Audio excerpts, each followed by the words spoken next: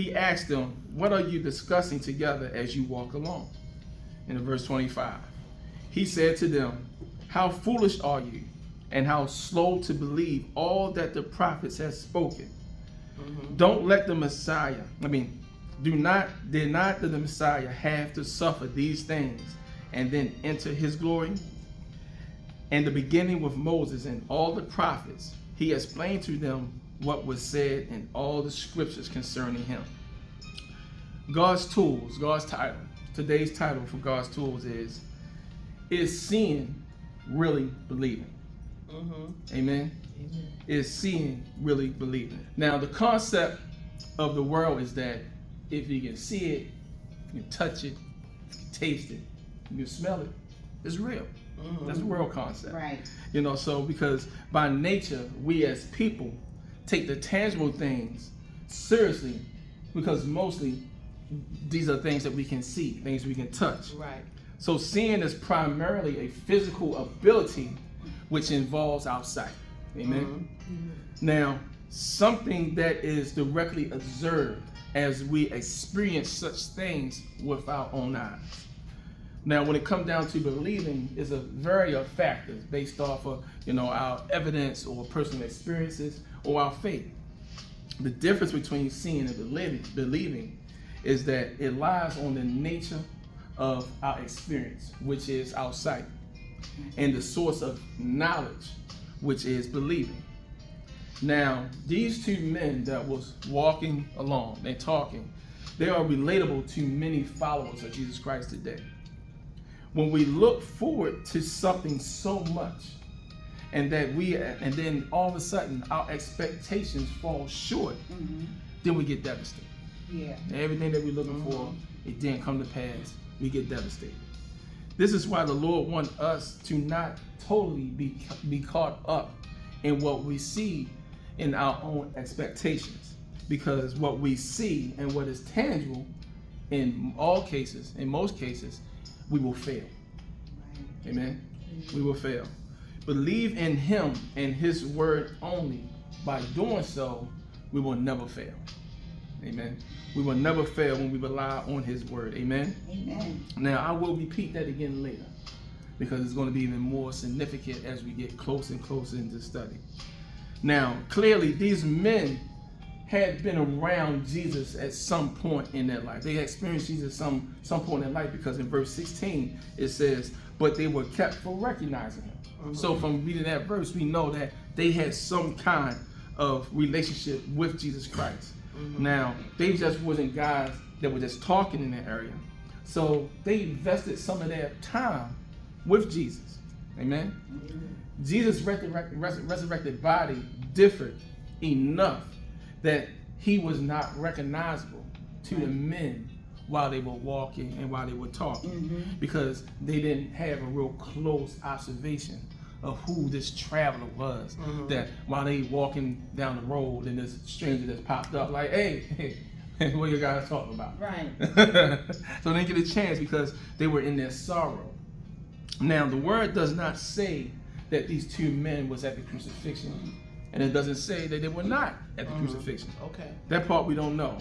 However, what they saw being around Jesus, or their other experience being with Jesus, it caused them to be in despair, and they were caught in sadness, because from what it appeared that Jesus had died on the cross.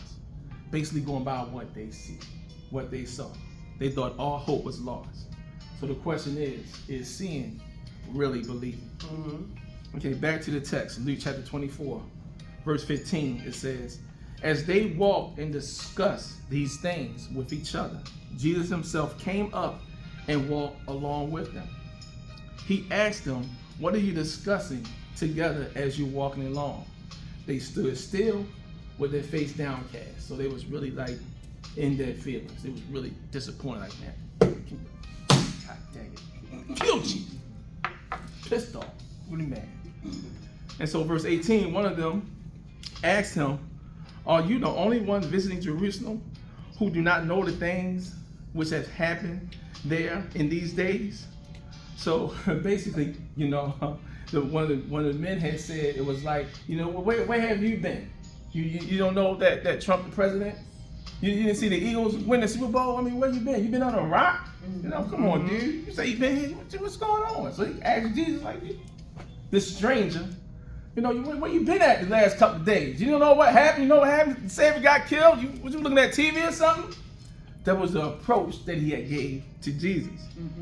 And Jesus played stupid. So at least I know when sometimes I play stupid, it's in the Bible because Jesus did it too. He said, don't try it. Okay, no problem.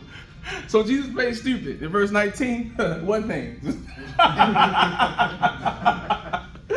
said, what things? They're like, oh, what are you talking about? What things? That's what he said. He asked. It's in the word, y'all. It's in the word. It's in the word. So these men went to tell Jesus what happened. Went to tell Jesus what happened to Jesus. So they went and started talking to him. And so they was telling Jesus. He was telling Jesus that he was just a powerful prophet, and that all the high priests and leaders led him over to be crucified, gave him up to the government, and then all of a sudden he was supposed to rise in 3 days.